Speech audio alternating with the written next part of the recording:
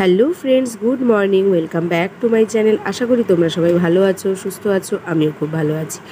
আজ হলো 7th August, বৃহস্পতিবার। তো এখন মোটামুটি ওই 7:30টার মতো বাজে। তো আমি দেখো রেডি হয়ে নিচ্ছি, কারণ এক জায়গায় যাওয়ারও আছে, মানে স্কুলে যাব, স্কুল থেকে তারপরে যাব। তো আমার এই চুলগুলো এত প্রবলেম করে, কি আর বলবো, তোমাদের সাথে এর আগেও শেয়ার করেছি।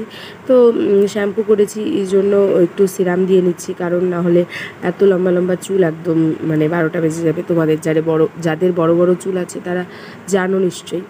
তো আমার শরীরটাও আজকে খুব একটা ভালো না, ভয়েস ওভারটাও জানি ভালো হচ্ছে না, প্লিজ একটু তোমরা ম্যানেজ করে দিও।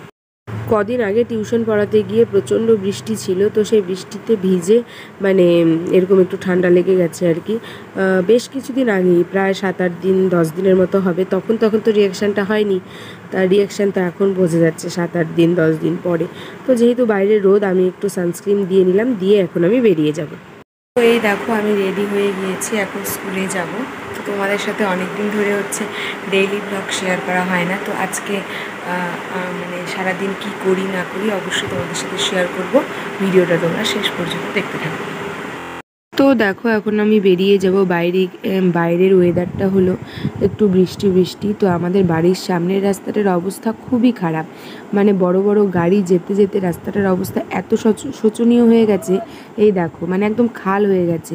কোনো লোক যদি না জেনে আসে এই রাস্তায়, তাহলে নির্ঘাত একটা অ্যাক্সিডেন্ট হবেই, কিন্তু কারোর কোনো মানে হেলদোল নেই, কী আর করা যাবে। তো আমার তো মাঝে মধ্যে রাগ উঠে যায় যে এদিক দিয়ে গাড়ি যেতে দেবো না, একদম মানে বাস দিয়ে আটকে রাখবো, এত মানে রাগ ওঠে।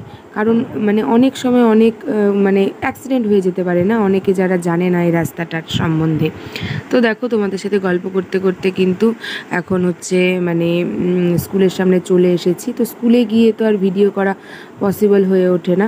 তো এবারে স্কুল ছুটিও হয়ে গেল, এখন আমরা বাড়ি যাব না, এক জায়গায় যাচ্ছি। কোথায় যাচ্ছি তো সেটা নিয়ে আজকের একটা ছোট্ট ভিডিও। তো সামনে ওই আমাদের স্কুলের স্যার গেল, আর এদিকে আমি আর ওই ম্যাডাম গেলাম। আরেক ম্যাডামের যাওয়ার কথা ছিল, কিন্তু সেই ম্যাডামের দুর্ভাগ্যজনকবশত সেদিন স্কুলে এসে পড়ে গিয়ে একদম হাত ভেঙে গিয়েছে। তো এসেছি হচ্ছে গিয়ে আমাদের স্কুলের পাশে গিরিধারী মন্দির। তো সেখানে ঝুলন উৎসবের হচ্ছে অনুষ্ঠান চলছিল, কীর্তন হচ্ছিল, তো সেখানেই এসেছিলাম।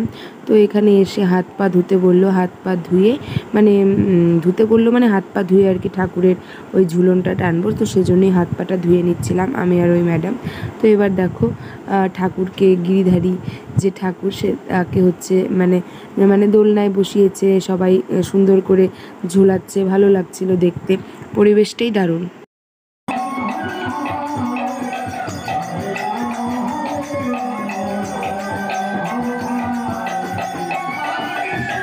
এই মন্দিরটি অ্যাকচুয়ালি যারা কোচবিহার থেকে আমার ভিডিও দেখছো তারা জায়গাটির নাম বললে চিনে থাকবে। কোচবিহার জেলার পুন্ডিবাড়ি বলে যে জায়গাটি আছে, তো পুন্ডিবাড়িতে যেতে হয় না, পুন্ডিবাড়ির থেকে মোটামুটি 2.5 কিলোমিটার আগে আমার স্কুলের পাশেই আর কি দীঘার পুল বলে জায়গাটির নাম। তো দীঘার পুলেই মন্দিরটি, গিরিধারী মন্দির বললে সবাই চিনবে। তোমরা যারা যারা আসোনি অবশ্যই আসবে। এই মন্দিরের পরিবেশ, এই মন্দিরের মানে যারা কার্যকর্তারা রয়েছে তাদের ব্যবহার সত্যি অতুলনীয়। কেউ এখানে এলে প্রসাদ ছাড়া মানে যদি প্রসাদ থাকে তাহলে প্রসাদ ছাড়া কেউ যাবে না, ঘুরে যায় না আর কি। তো আমরাও এসেছিলাম, আমাদেরকেও প্রসাদ দিয়েছে।